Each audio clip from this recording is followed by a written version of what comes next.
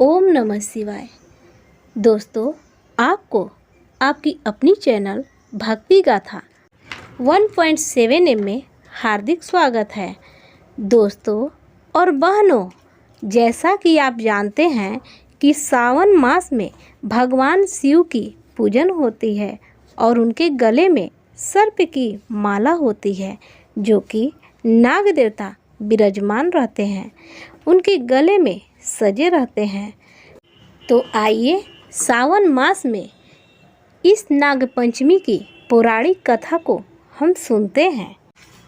प्राचीन काल में एक सेठ जी के 7 पुत्र थे। सातों के विवाह हो चुके थे।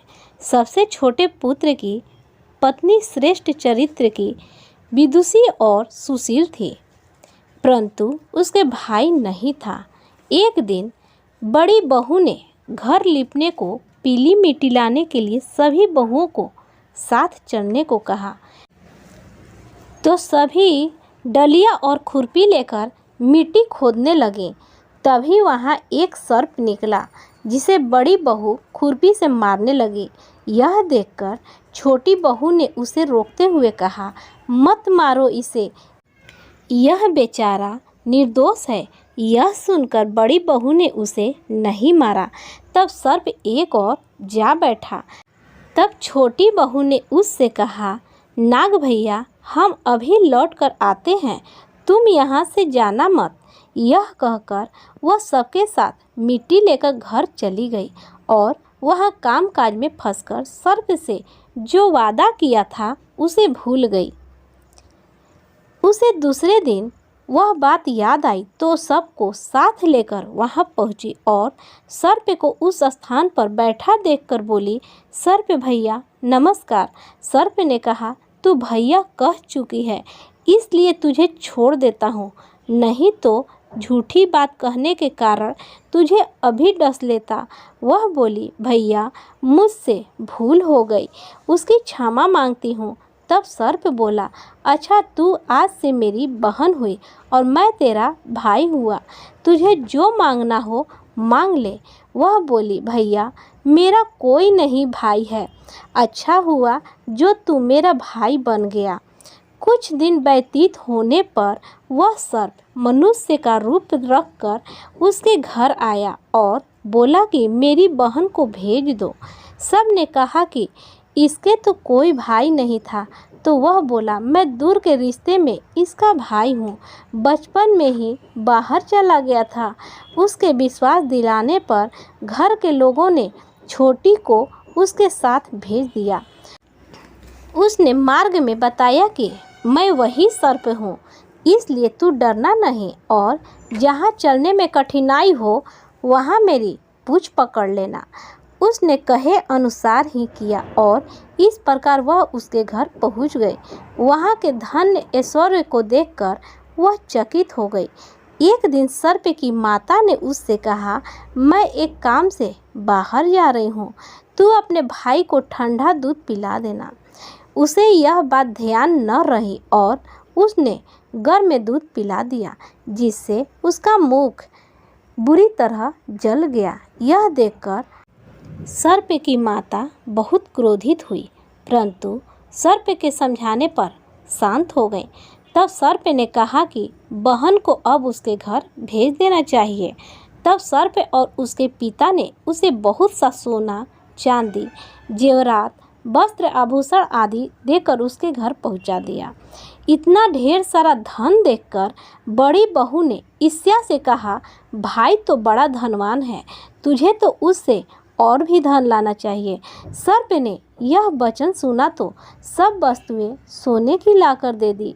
यह देखकर बड़ी बहू ने कहा, इन्हें झाड़ने की झाड़ू भी सोने की होनी चाहिए।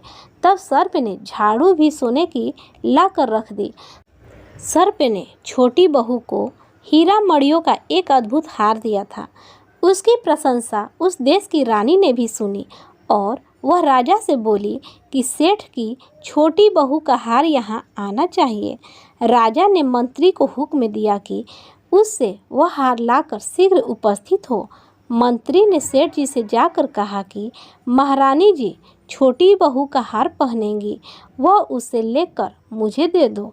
सेठ जी ने डर के कारण छोटी बहू से हार मंगा कर दे दिया। छोटी बहू को यह बात बहुत बुरी लगी।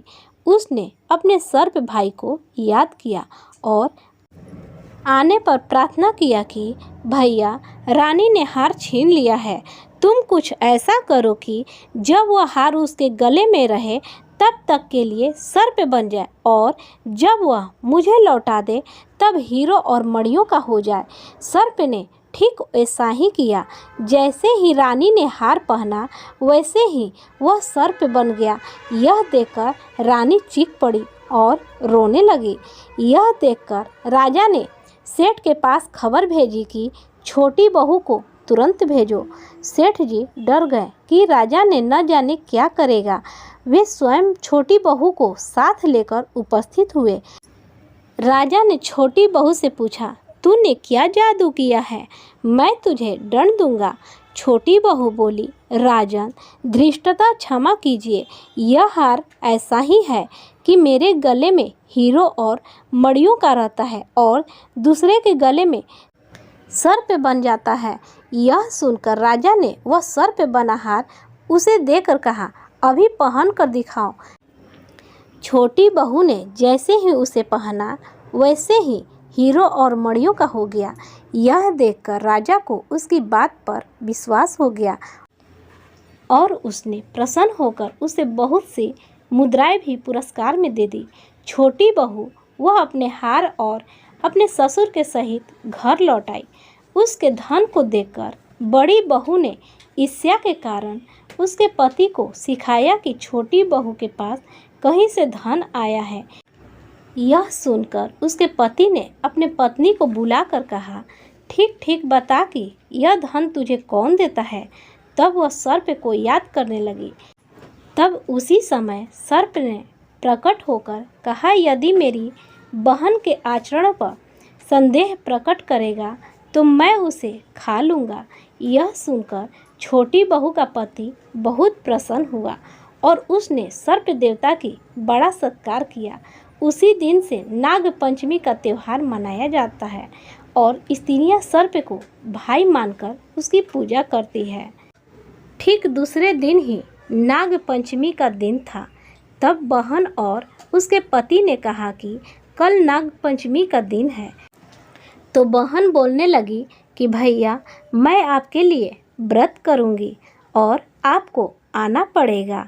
तब बहन ने सुबह होते ही घर को लीपा और नाग देवता की पूजा की सभी तैयारियां करने लगी और दूध और लावा लानकर रख दिया और भाई को बुलाने लगी। तब सर्प देवता आ गए और अपनी बहन को सदा सुहागन का आशीर्वाद दिया और उसकी सभी मनोकामनाएं पूरी हो। यही कहकर सर्प देवता वहां से चले गए। जो भी व्यक्ति नाग पंचमी का व्रत करता है एवं कथा को पढ़ता है या सुनता है, नाग देवता उनकी सभी मनोकामनाएं पूरी करते हैं और सदैव रक्षा करते हैं। भगवान भोलेनाथ की आशीर्वाद और कृपा उन पर बनी रहती है। तभी से स्त्रियां नाग देवता को अपने भाई मानती हैं। जय नाग देवता।